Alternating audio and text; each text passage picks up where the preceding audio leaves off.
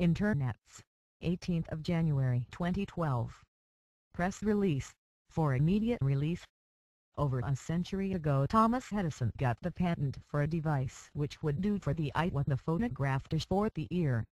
He called it the Kinetoscope. He was not only amongst the first to record video, he was also the first person to own the copyright to a motion picture. Because of Edison's patents for the motion pictures, it was close to financially impossible to create motion pictures in the North American East Coast. The movie studios therefore relocated to California, and founded what we today call Hollywood. The reason was mostly because there was no patent.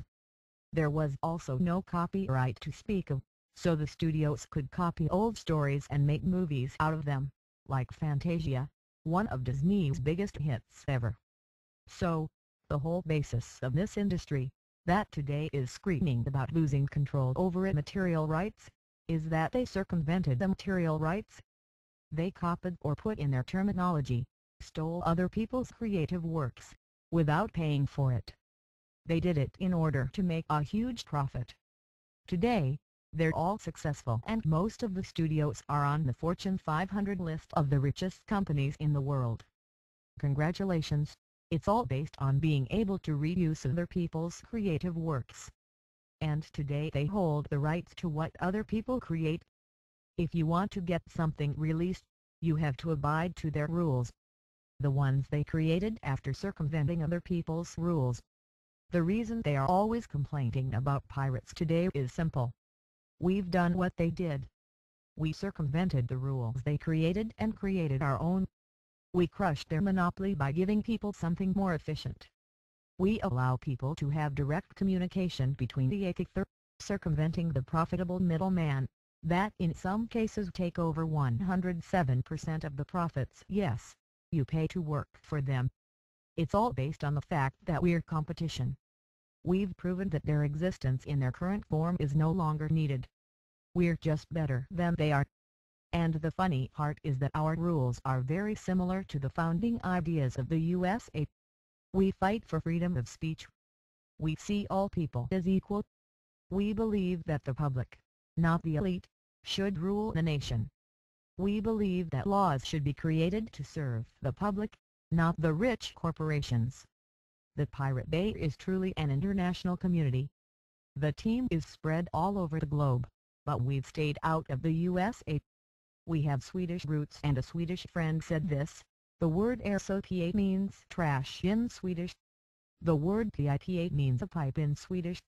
This is of course not a coincidence.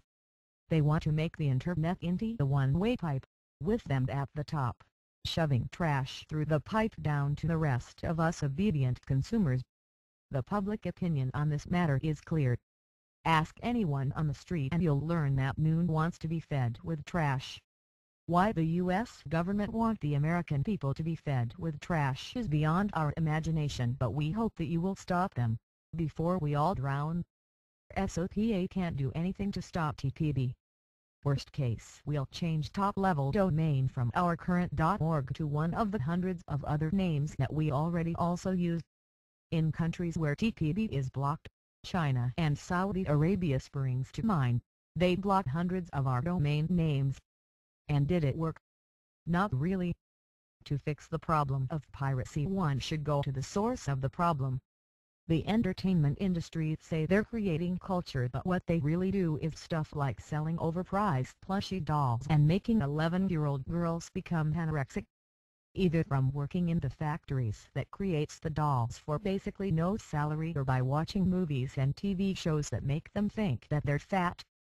In the great Sid Meier's computer game Civilization, you can build wonders of the world. One of the most powerful ones is Hollywood.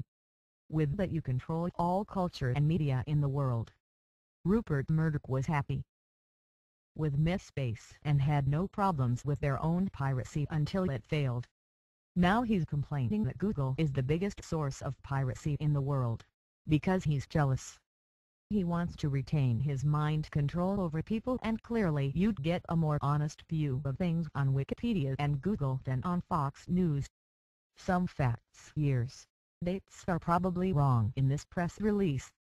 The reason is that we can access this information when Wikipedia is blacked out, because of pressure from our failing competitors. We're sorry for that. The Pirate Bay, K. 2012.